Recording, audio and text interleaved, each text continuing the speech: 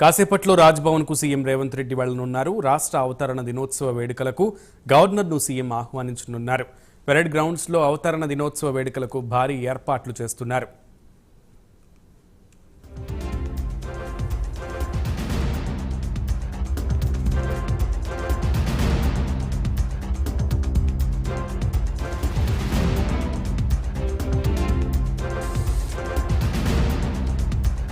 మరి కాసేపట్లో రాజ్భవన్ కు ముఖ్యమంత్రి రేవంత్ రెడ్డి వెళ్లనున్నారు. గవర్నర్ ని ముఖ్యంగా అవతరణ దినోత్సవ వేడుకలకు సంబంధించి ఆహ్వానం అందించనున్నట్లుగా తెలుస్తోంది. పూర్తి డీటెయిల్స్ మా ప్రతినిధి నాగేంద్ర అందిస్తారు.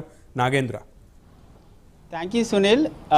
జూన్ 2 తెలంగాణ ఆవిర్భావ దినోత్సవ వేడుకలకు సర్వం సిద్ధమైంది. ఇప్పటికే విఐపీలకి, అదేవిధంగా ఉద్యమకారులకి, అదేవిధంగా ఇతర రాజకీయ ప్రముఖులందరికీ కూడా ఒక్కొక్కరికి ఆహ్వానాలు అందిస్తున్నటువంటి పరిస్థితి ఉంది. తాజాగా మరికొద్దిసేపట్లోనే సీఎం రేవంత్ రెడ్డి రాజ్భవన్కి చేరుకోబోతున్నారు. ఆవిర్భావ దినోత్సవ వేడుకలకి ఆయన్ని ప్రత్యేకంగా ఆహ్వానించబోతున్నారు. ఇప్పటికే రాజ్భవన్కి ఉప ముఖ్యమంత్రి బట్టి విక్రమార్క చేరుకున్నారు. మరికొద్ది క్షణాల్లోనే సీఎం రేవంత్ రెడ్డి కూడా రాజ్భవన్కి చేరుకుంటారు. చేరుకున్న తర్వాత రాజ్భవన్లో గవర్నర్ రాధాకృష్ణన్తో కొద్దిసేపు భేటీ అవుతారు. భేటీ అయిన తర్వాత ఆవిర్భావ దినోత్సవ వేడుకలకు సంబంధించినటువంటి అంశాలన్నింటినీ కూడా గవర్నర్కి వివరించడంతో పాటు ఆయన్ని జూన్ 2వ తేదీన జరిగేటటువంటి, అంటే ఉదయం అదేవిధంగా సాయంత్రం 2 పూట్ల కూడా జూన్ 2వ తేదీన దశాబ్ది ఉత్సవాలకు సంబంధించినటువంటి